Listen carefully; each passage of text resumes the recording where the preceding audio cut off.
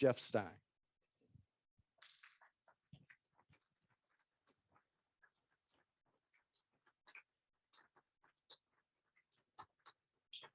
As our first contestant, again, Jeff Stein. The universal language, Jeff Stein.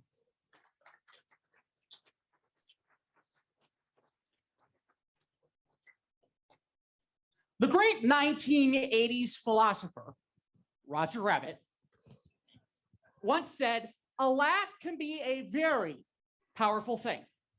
Why sometimes it's the only weapon we have. Raise your hand if you like to laugh. Okay, there's one guy in the back maybe who doesn't seem to have their hand up. Well, Mr. Toastmaster, my fellow Toastmasters and guests, I really only have one thing to say to that person. Laughter is a universal language. And I learned that for the first time when I was 10 years old in Mrs. Rex's science class. Now, Mrs. Rex was always talking about fossils. She looked old enough to be a fossil. Matter of fact, we called her Prehistoric Rex. And when she wasn't talking about fossils, she was talking about an ancient Chinese proverb. Talk does not cook rice. Meaning that if you were being too loud, too wild, or too rambunctious, she would make you write, talk does not cook rice 200 times by hand. Well, one day, she said, talk does not cook rice. Talk, how do you know? Oh boy. Everybody is laughing except Mr. Stein. You will write, talk does not cook rice 200 times, and you will have it for me tomorrow. Ooh. Don't worry. I got this. So the next day, I walked into class and I said to her, here you go. All done, Mrs. Rex. Jeffrey Louis Stein. Is my mom here or something? Is there a problem, Mrs. Rex? Yes. What is this? That's exactly what you asked me to write. It says, talk does not cook rice 200 times. I'm in detention. And Bob, my bully, the one who spells it backwards, says to me, hey man, that was really funny. Well, timeout. Bob hasn't said anything nice to me since I was 5 years old. And now he thinks I'm funny? That is when I learned about the power of the universal language of laughter. Have you ever had that happen? Or maybe you were able to connect with somebody you least expected? Huh.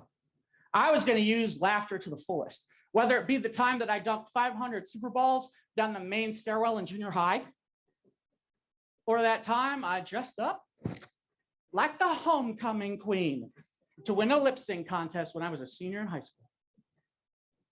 And I did that until I got to college. And my friend Fred took me aside. Jeff, what are you doing? Why do you do all this stuff? So I told him the truth. I told him about Mrs. Rex's science class when I was 10 years old and how I just wanted people to like me, for them to be my friend. He said, Jeff, people like you. You're our friend. You are really funny. But you don't have to do it like that. You want people to laugh with you, not at you.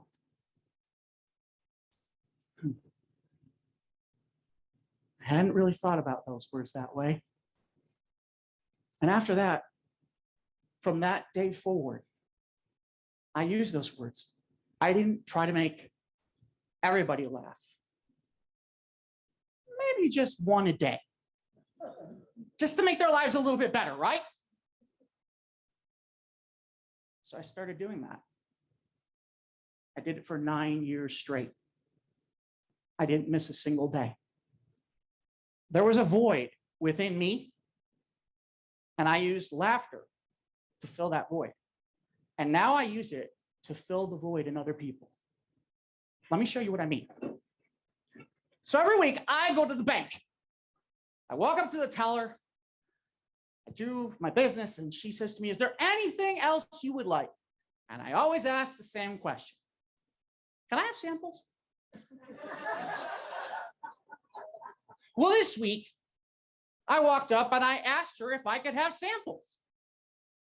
And that's when she said to me, "Jeff, good news. You can have samples. They're available on Sunday."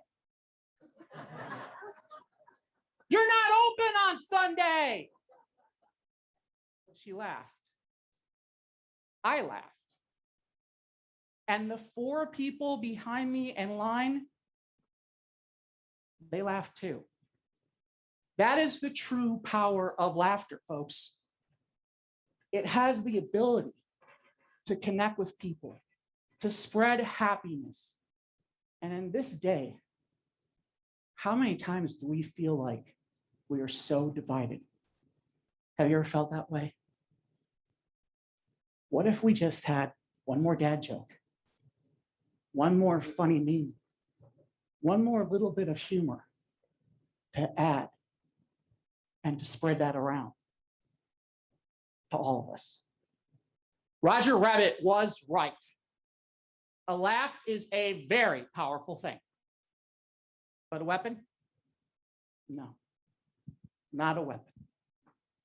It's a universal language that allows us to bridge gaps, connect people, and make happiness. Mr. Toastmaster.